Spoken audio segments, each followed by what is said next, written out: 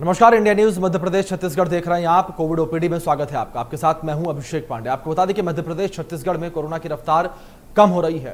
राज्य में अनलॉक की प्रक्रिया भी शुरू कर दी गई है। साथ ही आपको बता दें कि सरकारें अभी भी सावधानी लगातार बरत रही हैं और बरतने की अपील भी आम जनता से कर रही हैं। ऐसे में इंडिया न्यूज ने ओपीडी की शुरुआत की पहल की है, जिसके तहत आप घर बैठे ही डॉक्टरों से बातचीत कर सकते हैं और डॉक्टर से कोरोना के संक्रमण से बचाव को लेकर सलाह ले सकते हैं। और आपको बता दें कि आज हमारे साथ डॉक्टर GS दुबे जुड़े हैं, जो आपके सभी सवालों के जवाब देंगे। बहुत बहुत स्वागत है डॉक्टर GS दुबे जी आपका इंडिया न्यूज ओपीडी के विशेष कार्यक्रम में। Sir good evening sir, thank you sir, thank you जी। इसके साथ हम अपने दर्शकों से भी अपील करेंगे कि टीवी स्क्रीन पर दिखाए जा रहे नंबर पर वो कॉल करें और डॉक्टर GS दुबे जी हमारे साथ जुड़ चुके हैं, वो आपके तमाम सवालों का जवाब देंगे। सबसे पहला सवाल सर, जब तक हमारे दर्शक हमें फोन करते हैं तब मैं ही आपसे पूछ लूं, जिस तरीके से इस वक्त हम देख रहे हैं कि लगातार कोरोना महामारी का जो प्रकोप है वो देखने को मिल रहा है और इस वक्त जो देश है वो दूसरी लहर का कहर झेल रहा है। लेकिन सर, अगर तीसरी लहर को लेकर बात की जाए तो तीसरी लहर किस तरीके से भयावह होगी? जिस तरीके से तीसरी लहर में कहा जा रहा है कि बच्चे जो हैं वो तीसरी लहर में सुरक्षित नहीं रहेंगे, सर ऐसा क्यों? सर ऐसा इसलिए है क्योंकि जो पहली लहर आई थी उसमें सबसे पहले ओल्ड एज और जो कोमॉर्बिडिटी वाले पेशेंट थे उनको ज्यादा अफेक्टेड हुए। लेकिन इसके बाद जो सेकंड लहर आई तो उसने थोड़ा और एज जो कम एज वालों को अफेक्टेड हुए, ज्यादा असर हुआ उनको। और फिर अब तीसरी लहर में जो बच्चे रह गए, उनको इन्फेक्शन ज्यादा नहीं हुआ है या जो नोटिस नहीं किए गए, तो ऐसा अनुमान लगाया जा रहा है कि जो एज डिफरेंस, जो एज वो है लिमिट है, वो नीचे होती जा रही है। और इसलिए हम एक्सपेक्ट कर रहे हैं कि शायद बच्चों को ज्यादा इन्फेक्शन हुआ, क्योंकि वो ज्यादा बचे हुए हैं, अभी तक ज्यादा इन्फेक्शन नहीं हुआ है। इसलिए ऐसा माना जा रहा है कि बच्चों को तीसरी लहर में ज्यादा इन्फेक्शन होने के चांसेस हैं, तो हमें सतर्क रहना पड़ेगा। जी। डॉक्टर GS दुबे जी, आपसे एक सवाल ये भी यहाँ पर हम जानना चाहेंगे कि जिस तरीके से हमने दूसरी लहर देखी, पहली लहर भी देखी और हम समझ गए किस तरीके से मौतें हुई हैं, किस तरीके से लोगों ने अपनों को खोया है, लेकिन डॉक्टर आपसे यहाँ पर तीसरी लहर के बारे में जानना चाहेंगे।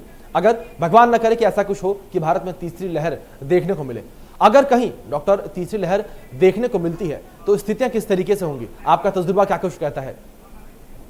सर मेरा तजुर्बा ये बोलता है कि सर इन्फेक्शियस डिसीज हैं वो ये कोरोना नहीं तो कोई दूसरी इन्फेक्शियस डिसीज आती रहेंगी।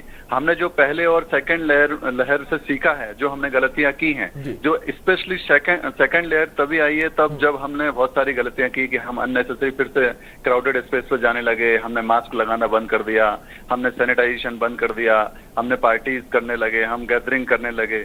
तो ये सारी चीजें तीसरी लहर में भी हमको, ये दूसरी लहर में हमने स्पेशली सीखा है कि हमको इन चीजों से बचना है और हमें इम्यूनिटी अच्छे से रखना है, हमें अननेसेसरी क्राउडेड प्लेस में नहीं जाना है, हमें मास्क हमेशा यूज करना है, हमको अननेसेसरी गैदरिंग्स नहीं करनी है, हमको सैनिटाइज करना है, हमको हाथ धो के साफ रखना है, हमारी इम्यूनिटी अच्छे से रखनी है। अगर हमने इन नियमों का पालन नहीं किया, हमको कोरोना बहुत चीजें जो हम पहले से भी ये गाइडलाइन थी, लेकिन हम लोग ने हमेशा कभी ध्यान नहीं दिया। कोरोना में चूंकि ये बहुत सारी गाइडलाइन एक लेमैन तक, एक नॉर्मल पब्लिक तक पहुंची हैं कि हमको इन चीजों की आइसोलेशन जो चीजें हैं उनको अपनाना है और आगे भी फॉलो करना है, ना कि कोरोना बाकी सारी इन्फेक्शियस डिसीज में ये लागू होती हैं। जितनी भी ड्रॉपलेट इन्फेक्शन रहते हैं, जितने भी वायरल इन्फेक्शन रहते हैं, जितने भी बैक्टीरियल रहते हैं जो खांसने और छींकने से फैलते हैं, वो सारे नियम उन चीजों में भी फॉलो होंगे। अगर हम इन नियमों का पालन पूरी तरह से करेंगे तो शायद आगे और दूसरी इन्फेक्शियस डिसीज होंगे। आज कोरोना है, पहले स्वाइन फ्लू था और दूसरी चीजें आती जा रही हैं, उनको हम नजरअंदाज, हमको उसको ओवरकम करना है, तो इन चीजों को फॉलो करना। हेलो जी। डॉक्टर GS दुबे जी, आपसे यहाँ पर वैक्सीन को लेकर सवाल करना चाहेंगे। जिस तरीके से इस वक्त भारत में दो वैक्सीन मौजूद हैं और तमाम वैक्सीन को लेकर शोध भी अभी भी जारी है, लेकिन वैक्सीन लगने के बाद डॉक्टर कितना प्रतिशत खतरा जो है वो हम पर बरकरार रहता है? देखिए, वैक्सीन लगने से जो हमेशा ये है कि वैक्सीन लगने से ऐसा नहीं है कि आप हमेशा के लिए एकदम पूर्ण 100% सुरक्षित हो जाते हैं। हमें इम्यूनिटी डेवलप हो जाती है, हमें एंटीबॉडी डेवलप हो जाती हैं, लेकिन इन्फेक्शन होने के चांस रहते हैं, पूरे 100% नहीं रहते हैं। और जितने चांसेस रहते हैं प्रोटेक्शन हो जाता है कि हम सीवियरिटी हमारी कम हो जाती है।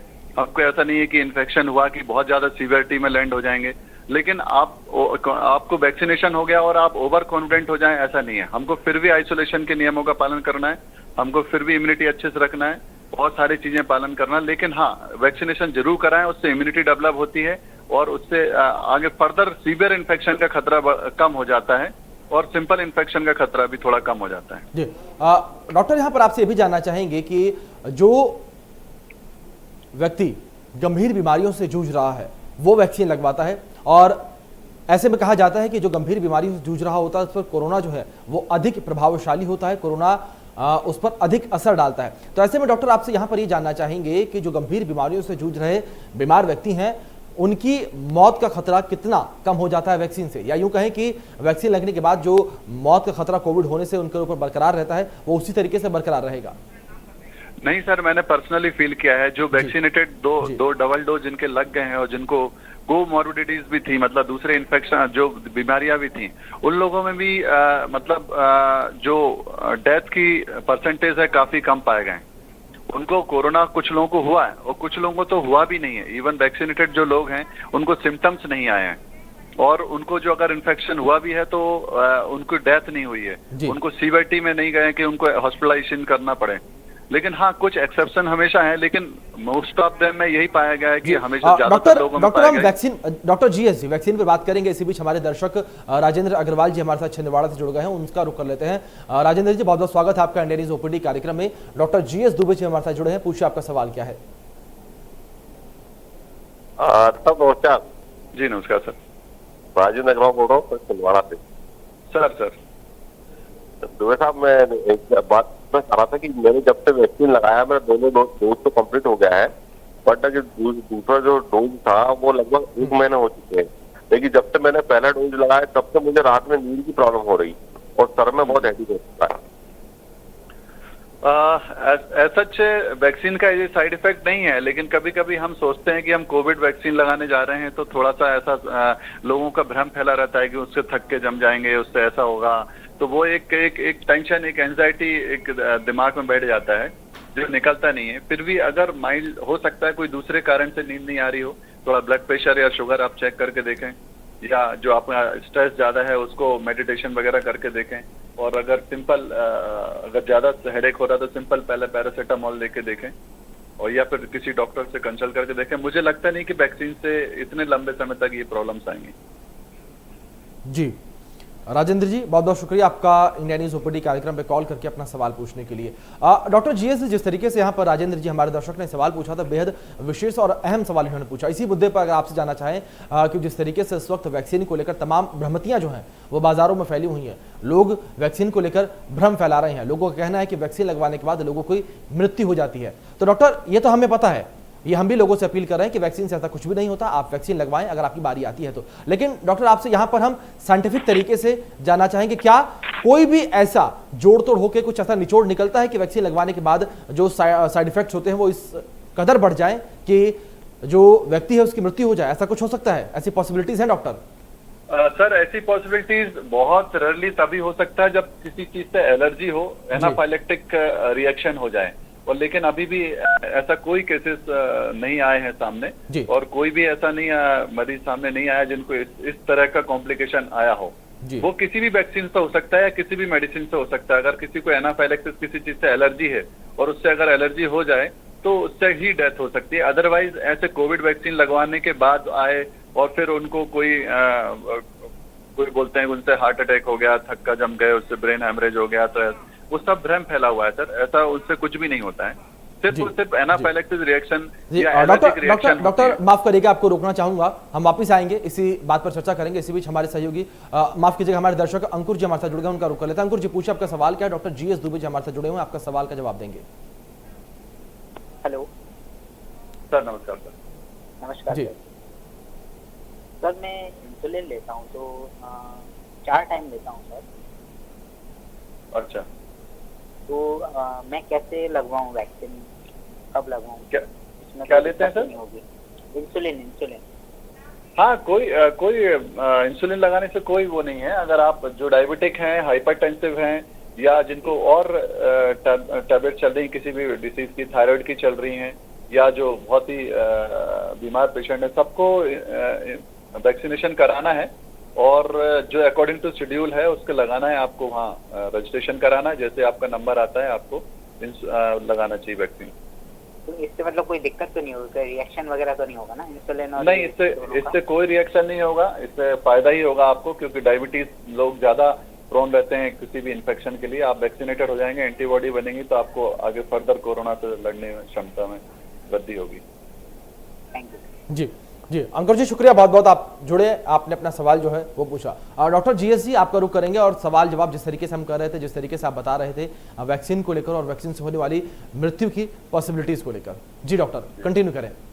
सर, सभी के एक जो फर्दर क्वेश्चंस रहते हैं कि प्रेगनेंसी है, वैक्सीन लगाएं या ना। प्रेगनेंसी में नई गाइडलाइन आई है कि फर्स्ट ट्राइमेस्टर में तो नहीं लगवाना, लेकिन सेकंड थर्ड में लगा सकते हैं। लेकिन कोवैक्स लाइव जो रहता है अपना किल्ड वाला है, वो लगा सकते हैं। और जो लैक्टेटिंग फीमेल हैं, जो मिल्क फीड करा रही हैं बच्चा, जिनकी डिलीवरी हो चुकी है, उनको वैक्सीन लगवा सकते हैं। और सारी जो डिसीजेज हैं, सबके एक कॉमन क्वेश्चन रहते हैं कि हमको ये डायबिटीज है, हम लगवाएं या नहीं लगवाएं, तो उनको लगवाना है। हाइपरटेंसिव है, उनको लगवाना है। हाइपोथायराइडिज्म है, उनको लगवाना है। कोई और डिसीज के ट्रीटमेंट चल रहा है, तब भी लगवाना है। लेकिन ये नहीं है कि आप टीका लगवाने गए हैं तो आप दूसरी जो टैबलेट चल रही है उनको छोड़ के जाएं, या किसी का क्वेश्चन रहता है कि हमको कितने दिन पहले डायबिटीज की मेडिसिन छोड़ दें, या कितने दिन पहले कार्डियक मेडिसिन छोड़ दें, या एकोस्प्रिन कितने दिन पहले छोड़ दें। ऐसा कुछ भी नहीं है। आप शेड्यूल जो आपका चल रहा है वो कंटिन्यू चलने दीजिएगा, और वैक्सीनेशन एक अदर पार्ट है, वो आप करवाइए जब आपका वैक्सीन का शेड्यूल आता है तो। जी डॉक्टर, यहाँ पर जिस तरीके से वैक्सीन को लेकर बातचीत कर रहे हैं, वैक्सीन पर ही होगा, सिंगल डोज और डबल डोज को लेकर जिस तरीके से इस वक्त तमाम खबरें चल रही हैं कि भारत में सिंगल डोज वैक्सीन भी आने वाली है, स्पुतनिक वी की। तो डॉक्टर, ये सिंगल डोज वैक्सीन और डबल डोज वैक्सीन का क्या कुछ चक्कर है, थोड़ा विस्तार में हमें समझाएंगे, हमारे दर्शकों को बताएंगे आप? देखिए, इन फ्यूचर तो बहुत सारी वैक्सीन आएंगी और भी आएंगी, और एक्चुअली में जो नए रिसर्च होंगे और भी एफिकेसी वाली आएंगी। हो सकता है इनको भी चेंज किया जाए और गाइडलाइन और चेंज हो, लेकिन एट प्रेजेंट हमारे पास जो वैक्सीन हैं वो जरूर लगवाएं। जो नई वैक्सीन आएंगी, उनके रिसर्च आएंगे, उनकी गाइडलाइन आएंगी, उनकी सारी चीजें। अभी ऐसा कुछ नहीं कह सकते कि वो सिंगल डोज स्पुतनिक आ रहा है तो वो ज्यादा इफेक्टिव है, ये कम इफेक्टिव है, कोवैक्सीन कम इफेक्टिव है, कोविशील्ड ज्यादा इफेक्टिव है। सबकी अभी कोई ऐसी क्षमताएं, ऐसा एग्जैक्ट क्लियर कट टेस्ट नहीं हुई है कि आप बता सकें। मुझे लगता है जो वैक्सीन आपके उसमें आ रहा है, नंबरिंग में आ रहा है, वो आप लगवाइए और लगवाना चाहिए। वो भ्रम की स्थिति नहीं फैलाना चाहिए और भ्रम में रहना भी नहीं चाहिए। जी डॉक्टर, ये तो बात हुई वैक्सीन को लेकर और कोरोना को लेकर। डॉक्टर, अब बात करेंगे ब्लैक फंगस को लेकर। जिस तरीके से इस वक्त कोरोना को लेकर अगर बात करें तो लगातार कोरोना के मामले तो फैल ही रहे हैं और पिछले 1.5 साल से लगातार मामले बढ़ रहे हैं, लेकिन यहाँ पर ब्लैक फंगस ये ऐसा शब्द है डॉक्टर जो इस वक्त हर किसी की जुबान पर चढ़ा हुआ है, हर कोई इस शब्द से डर रहा है। इसी बीच हमारे एक दर्शक जुड़ गए हैं डॉक्टर, पहले उनका सवाल ले लेते हैं, फिर हम ब्लैक फंगस पर बात करेंगे। भगवान दास जी, स्वागत है आपका इंडियन न्यूज़ ओपीडी पर, पूछिए आपका सवाल क्या है। सवाल ये है सर, मुझे मैंने 75 दिन पहले आपका इंजेक्शन लगवाया था। जी सर। हेलो। हाँ जी भगवान दास जी, आपकी आवाज आ रही है, आप सवाल पूछिए। हाँ हाँ हेलो। हाँ, 75 डेज पहले लगवाया था फिर? हाँ सर, 75 दिन पहले इंजेक्शन लगवाया था सर, तो उसके बाद मुझे कोरोना हो गया।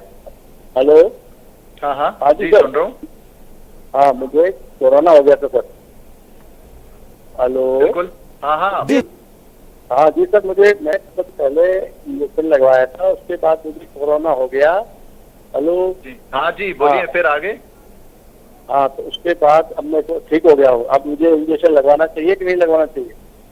लगवाना चाहिए। 1 मंथ का वेट कर लें। जब आपकी रिकवरी हुई है, उस रिकवरी डेट से 1 मंथ के बाद आप सेकंड डोज लगवाइएगा। आपका शेड्यूल में रजिस्ट्रेशन कराने के बाद जब भी आता है, तो बहुत जल्दबाजी मत करिएगा। हेलो, शायद आपको मेरी बात आवाज आ रही है। भगवान दास जी, आपने सुना डॉक्टर जीएस दुबे ने क्या कुछ कहा? जी सर। आपको वैक्सीन लगवाना है जब आपकी रिकवरी हो चुकी है, जब आप नेगेटिव आ गए, उसके 1 मंथ के बाद अपन वैक्सीन लगा सकते हैं। उसका फायदा होगा। अब लगवा लीजिएगा। जब सेकंड डोज आप रजिस्ट्रेशन करा दीजिए। जब भी आपका रजिस्ट्रेशन का नंबर 1 मंथ के बाद आता है, तो आप शेड्यूल पर वैक्सीन लगवाइएगा। जी sir, thank you sir, thank you. Thank you. Bhagwan Das जी, बहुत बहुत शुक्रिया, आपने फोन किया, अपना सवाल जो है आपने पूछा। डॉक्टर एक बार फिर से आपका रुख करते हैं जीएस जी। जिस तरीके से जीएस दुबे जी हम बात कर रहे थे ब्लैक फंगस को लेकर, तो सर ब्लैक फंगस किस तरीके का डिसीज है, किस तरीके से इसका फैलाव होता है, किस तरीके से इसको रोका जा सकता है? बिल्कुल सर, सबसे पहले मैं ये बोलना चाहूंगा कि ब्लैक फंगस से आदमी बहुत ज्यादा एकदम टेरर में आ जाता है, एकदम उसमें इतना टेंशन में आ जाता है।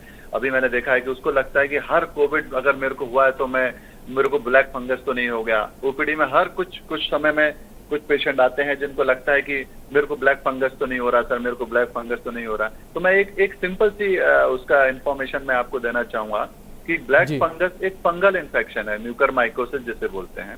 और वो इन्फेक्शन जो है वो एक फंगल जो पहले भी होता था, अभी भी होता है और अभी भी बाद में भी होता रहेगा। वो उन लोगों में होता है जिनकी इम्यूनिटी बहुत वीक होती है, या वो हाईली डायबिटिक होते हैं, या स्टेरॉइड देने के कारण उनका बहुत सारा शुगर बढ़ जाता है और उनकी इम्यूनिटी कम हो जाती है। और दूसरा ये रहता है कि वो बहुत दिनों तक आईसीयू में एडमिट रहते हैं और ऑक्सीजन उनको लगी रहती है, मास्क लगा रहता है, और मास्क का प्रॉपर सैनिटाइजेशन या प्रॉपर स्टरलाइजेशन या मास्क का जो प्रॉपर साफ सफाई नहीं हो पाती है, लंबे समय तक रहता है और उनकी इम्यूनिटी ऑलरेडी कमजोर होती है। तो उन लोगों को ब्लैक फंगस होने के चांसेस ज्यादा रहते हैं। वो स्प्रेड होता है, आपकी इम्यूनिटी कम होती है, वो नोज के थ्रू या आंख के थ्रू या दांत के थ्रू जाता है अंदर, वो धीरे धीरे इन्वेट करते हुए साइनस से होते हुए ब्रेन में, आंख में फैलता है। लेकिन वो सभी लोग, सारे कोरोना पेशेंट उसके लिए प्रोन नहीं है। सभी ऐसा नहीं है कि आपको कोविड हो गया तो आपको 100% चांसेस रहेंगे कि आपको ब्लैक फंगस हो जाएगा। ब्लैक फंगस सिर्फ उन्हीं लोगों को होता है जो हॉस्पिटलाइज हुए हैं, आईसीयू में लंबे समय तक रहे और जिनकी इम्यूनिटी काफी कमजोर है और जिनकी डायबिटीज बहुत ज्यादा बढ़ी हुई है। ऑलरेडी पहले डायबिटिक थे और वो ये भी ले रहे हैं कि स्टेरॉइड भी लिया, उसके बाद और ज्यादा उनको वो हो गया है, तब उनको ब्लैक फंगस होने के चांसेस ज्यादा रहते हैं। अगर आपने प्रॉपर साफ सफाई रखी है, प्रॉपर न्यूट्रिशन रखा है, प्रॉपर इंसुलिन लिया है ड्यूरिंग कोविड, प्रॉपर आपने सारी चीजें करी हुई है, तो मुझे नहीं लगता है कि आपको तो अगर आपको प्रॉपर इम्यूनिटी हुई है, प्रॉपर इंसुलिन लिया है, प्रॉपर डायबिटीज कंट्रोल रखी हुई है, प्रॉपर शुगर कंट्रोल रखी है, प्रॉपर डोज लिए हैं, सारी चीजें प्रॉपर साफ सफाई ऑक्सीजन मास्क की रखी हुई है, तो आपको ब्लैक फंगस होने के चांसेस बहुत बहुत रेयर हैं। जी डॉक्टर जीएस दुबे जी, यहाँ पर ब्लैक फंगस से जुड़ा एक और सवाल आपसे जानना चाहूंगा, और ये सवाल जो है वह इस वक्त तमाम लोगों के दिमाग में घूम रहा है। लेकिन डॉक्टर सवाल मैं आपसे पूछूं, इसी बीच हमारे एक और दर्शक हमारे साथ जुड़ गए हैं, अरविंद जी, उनका रुख कर लेते हैं। अरविंद जी पूछिए, आपका सवाल क्या है? डॉक्टर जीएस दुबे जी हमारे साथ जुड़े हुए हैं। सर मेरी मिसेस को लगभग 1 महीने पहले कोविड हुआ था, वो डिस्चार्ज हो चुके हैं, बाकी उनको अभी बेचैनी सी रहती है कभी कभी सर, उसके लिए कुछ वो होता है? एक्चुअली में क्या होता है सर, जब कोविड हमको क्रोनिक बीमारी ऐसी है कि उसमें दिमाग में एकदम स्ट्रेस आ जाता है और कभी कभी लंग्स में इन्वॉल्वमेंट ज्यादा रहता है, बहुत लंबे समय तक हम एडमिट रहते हैं और वहाँ जो दूसरे पेशेंट्स रहते हैं जो हमारे सामने, जिनकी किसी की डेथ हुई है या जो वेंटिलेटर पे गए हैं या हम खुद ऑक्सीजन पे बहुत दिनों तक रहे हैं, तो जो स्ट्रेस हमारे दिमाग में घुस जाता है, जो एकदम टेरर हमारे दिमाग में, जो डर हमारे दिमाग में घुस जाता है, उससे निकलने में थोड़ा टाइम लगता है। तो मेडिटेशन करें, योगा करें, और अगर कभी कभी ऐसी जरूरत पड़े तो एक साइकेट्रिक कंसल्टेंट भी ले सकते हैं, डॉक्टर से सलाह ले सकते हैं। और जो फालतू के फितूर दिमाग में हैं कि भाई ब्लैक फंगस तो नहीं हो जाएगा, मेरे को अभी ये तो नहीं हो जाएगा, उनके डाउट्स क्लियर कर लें, इम्यूनिटी अच्छे से रखें, योगा करें, ब्रीदिंग एक्सरसाइज करें, लंग्स की एक्सरसाइज करें। सर वैक्सीन इनको सब कब लगवाना चाहिए? अगर आपका जो रिकवरी डेट है उसके 1 मंथ 1.5 मंथ के बाद आप वैक्सीन लगवा सकते हैं, कोई इशू नहीं है। 2 महीने के बाद भी लगाएंगे तो भी चलेगा। जी अरविंद जी, बहुत बहुत शुक्रिया आपका हमसे जुड़ने के लिए और अपना सवाल रखने के लिए।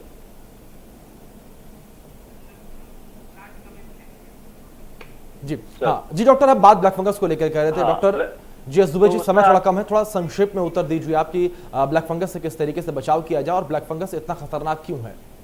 हाँ, वो सर खतरनाक इसलिए है कि इनिशियली स्टेज में वो पकड़ नहीं पाते हैं और एंडोप्थेल्माइटिस और ब्रेन में जो एंसेफेलाइटिस उसके कारण हो जाता है, इन्फेक्शन बन जाता है, तो उसमें ऐसा जब बढ़ जाएगा तो डेथ के चांसेस रहते हैं। लेकिन हम उसको भी अगर अर्ली स्टेज में पकड़ के देख लें, जो रिस्क एक्चुअली में उसमें सबसे पहले हमें सस्पेक्शन के लिए हाई रिस्क पेशेंट को डिफरेंशिएट कर लेने चाहिए कि भाई इनकी शुगर बढ़ी रह रही है, इनको ऑक्सीजन बहुत दिनों तक लगी हुई है, ये आईसीयू में एडमिट हैं, तो उनको स्क्रीनिंग मोड पे डाल के हमको उसको रिपीटेडली दिखवाते रहना चाहिए डॉक्टर को। और अगर थोड़ा सा भी आंख में ऐसा लगता है कि हमको बहुत ज्यादा रेडनेस बनी हुई है, स्वेलिंग है, नोज के पास स्वेलिंग है, नाक में ब्लैकिंग दिख रही है, दांत में टीथ में ब्लैकनिंग दिख रही है, और ऐसा लग रहा है कि कुछ फंगस जैसा ग्रो कर रहा है, तो एक बार हम कंफर्म कर लें, उसका कल्चर कर लें, दिखा लें। अगर अर्ली डायग्नोसिस हो जाएगा तो वो भी अगर होने के बाद भी रिकवरी आराम से इजीली हो जाती है। कुछ इंजेक्शन अब गवर्नमेंट ने हमारी गाइडलाइन में आ गए हैं तो उनको देते हैं, तो उससे इम्प्रूवमेंट काफी हो जाता है। जी जी जी डॉक्टर। और डॉक्टर GS दुबे जी, बहुत बहुत शुक्रिया आपका हमारे साथ जुड़ने के लिए, अपना कीमती समय जो है वो हमें देने के लिए। इसी के साथ साथ हम भी अपने दर्शकों से अपील करते हैं कि वे अपने घरों पर रहें, सुरक्षित रहें, बेवजह अपने घरों से बाहर ना निकलें। और अगर आप किसी ज़रूरी काम से अपने घरों से बाहर निकलते हैं तो आप मास्क पहनें, सामाजिक दूरी का पालन करें और अन्य आवश्यक चीज़ों को छूने से बचें और समय समय पर अपने हाथों को धोते रहें और अपने हाथों को सैनिटाइज करते रहें। फिलहाल के लिए इस विशेष कार्यक्रम में इतना ही। तमाम बड़ी अहम जानकारियों के लिए देखते रहिए इंडिया न्यूज़ मध्य प्रदेश छत्तीसगढ़। धन्यवाद।